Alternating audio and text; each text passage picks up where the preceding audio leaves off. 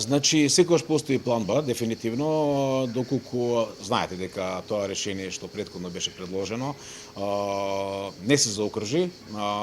не беше продолжен работниот стаж на судиите и на јавните обвинители.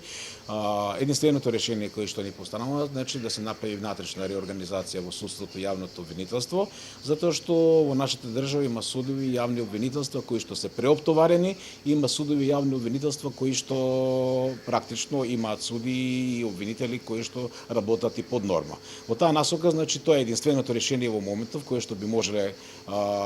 можело да биде да има практичен контекст, затоа што на крајот на краиштата неприфатениот предлог ќе има одредени правни импликации, меѓутоа практично со една нова внатрешна организација, делегирање на суди и јавни обвинители во судовите каде што нема доволен број, би можеле, ако не друго, барем приближно да го надоместиме она што ќе ни недостасува. Министре, до крајот на годината се очекуваат нови пензионирања. Добро, дополнителен притисок. Да не забораваме дека до крајот на годината ќе има 59 нови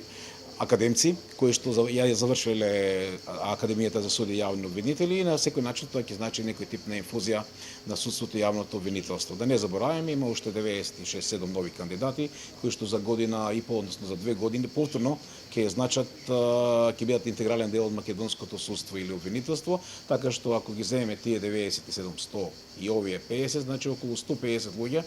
ќе представува надополнување или, ајде да речам, освежување на судско-обвинителскиот систем во нашата држава. Така што, значи, проблемот не е нерешлив, дефинитивно создава одредени потешкоти, меѓутоа сум оптимист дека ќе најдеме решение или као план Б, кој што би можел да помогне во разрешување на актуелната состојба.